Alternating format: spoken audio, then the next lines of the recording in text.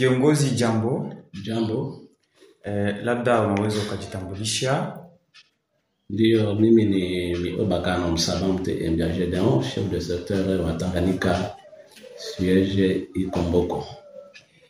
Naam. Kiongozi, leo tumekutembelea ndani ya ofisi yako kutokana na hali ambayo inajitokeza na habari ambazo zinazosikika kuwa ndani ya sekta unayoiongoza kuwa kama sekta ya Tanganyika.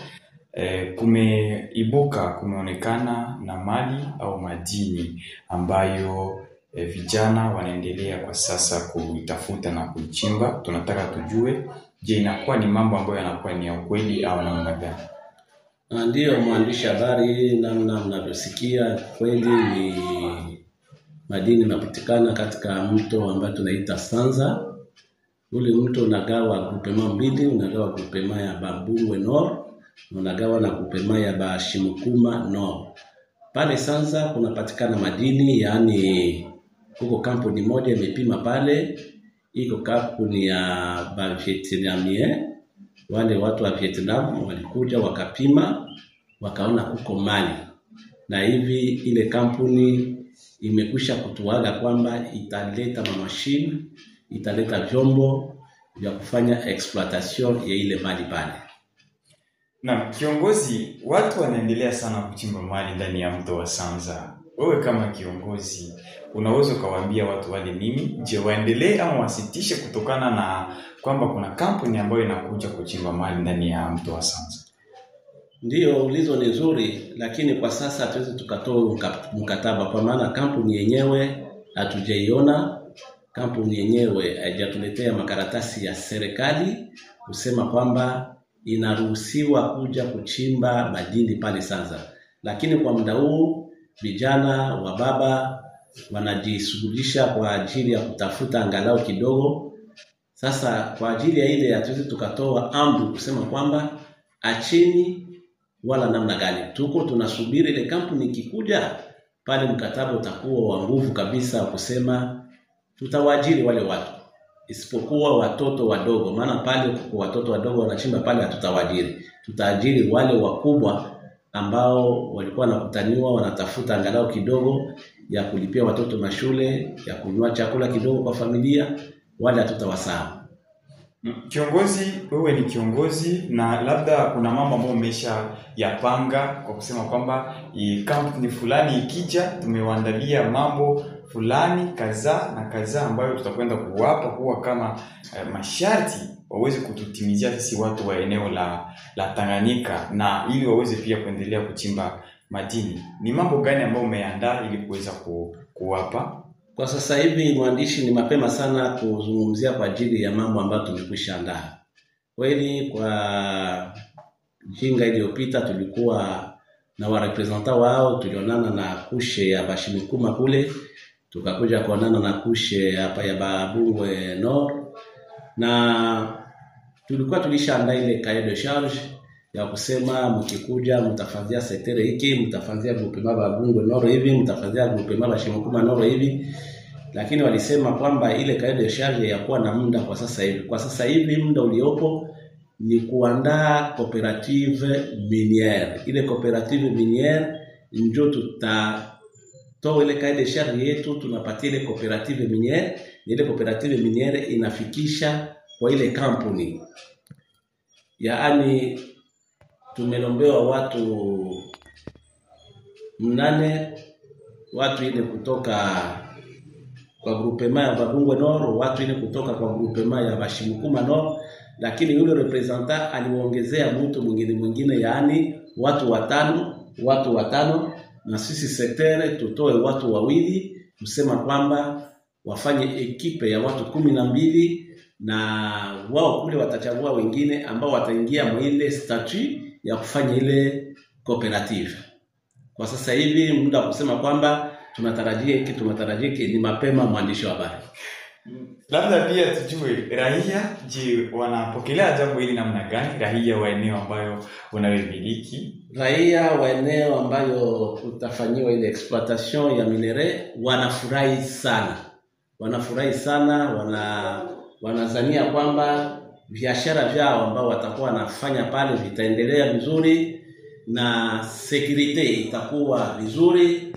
Yani kwa kifupi raia ngambo zote mbili inafurahi sana. Maana walikuwa nasikia Misisi, sasa Misisi nataka mia Tanganyika. Hivyo wanafurahi sana. Na kutokana na kuibuka kwa mali ndani ya sekta ya Tanganyika, hususani ndani ya mto wa Sangia, kuna watoto ambao wanaendelea kuchimba madini wakiwa ni watoto wadogo sana wa miaka ya chini ya 18. Wewe kama kiongozi unaweza kutoa ujumbe gani kwa watoto wale na kwa wazazi pia? Ujumbe wangu kwa watoto na kwa wazazi ni kwamba kwa kweli hilo jambo linatukera sana. Kwa muda uliopita nilifunga watoto 6 wakaenda chukuliwa mle ndani ya mto, wakaletewa hapa Mboko kula polisi. Alafu wababa zao wakaja wakawaombea msamaha kwamba ni watoto wadogo, hawajui vile, hawajui sheria za nchi. Mimi nikaambia wazazi kwamba tunawapatia angalisho. Mkataze watoto wenu kuchimba dhahabu. Sheria ya Kongo inakataza mtoto kugusa dhahabu na kuchimba dhahabu. Wale watoto niliamuru polisi wafungue wakaenda. Lakini cha ajabu, ilipopita karibuni wiki 2, nilikuta tena watoto wengine wako na chimba dhahabu. Nikauliza wakasema wale watoto ndugu zao wako wazalendo. Na wale wazalendo ndio wanawatuma wako na chimba dhahabu. Nikasema ile ni kinyume ya sheria ya Kongo. Wakati ile kampuni itakuja na waza hiyo mambo yote itakoma. Na kutokana na hayo unategemea kuwa kampuni ile itakwenda kufanya mambo mazuri ndani ya sekta ya Tanganyika? Ndio tunatumaini kabisa, maana ni kampuni ambayo inachimba hata sehemu zingine, inachimba Burundi, inachimba Tanzania na huku Kongo. Nafikiri watafanya mambo mazuri hapa kwa sekta ya Tanganyika. Parapo na kaele sharri yetu ambayo tutawapatia wataitekeleza. Tunalo hilo tumaini. Na labda ujumbe wako kiongozi kwa viongozi wa serikali ya Kongo kutokana na kuibuka kwa mali, ujumbe wako kwa raia wa sekta nzima ya Tanganyika, hata pia raia wa tarafa la Fizi na kando mwake utakuwa ni gani? Ujumbe wangu kwanza naanza kwa serikali. Serikali itufanzie nguvu, ipatie ile kampuni vikaratasi ambavyo vitawaruhusu wao kuja kufanya kazi hapa ndani ya sekta ya Tanganyika. Ni muda mrefu kabisa tunazofika, tulikuwa tunafikiria siku gani na sisi tutakuwa kama vile Misisi, siku gani tutakuwa kama vile Nyange, siku gani tutakuwa vile kama vile Namoya. Sasa kwa muda huu Mungu ametufunulia. Tunaomba wakuu viongozi wao haraka kupatia ile kampuni, wakati watakapogonga kwenye milango yao wapatie makaratasi. Jambo lingine ni kutaka kusema kwamba sio hapo Sanza tu. Kuna sehemu nyingine mu village ya Bakechi.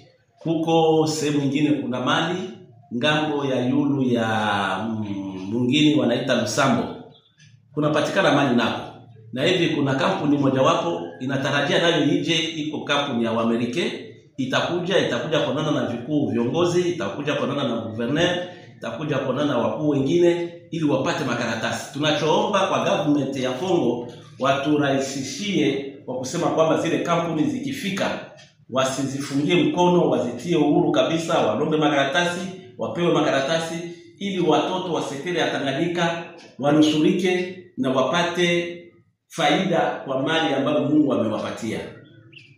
Na kwa ngambo ya raia, tunaomba raia hasa kwa vijana waache kukunywa pombe ya makali. Maana hatutaajiri kijana ambaye anajichanganya kwa kukunywa pombe ya makali.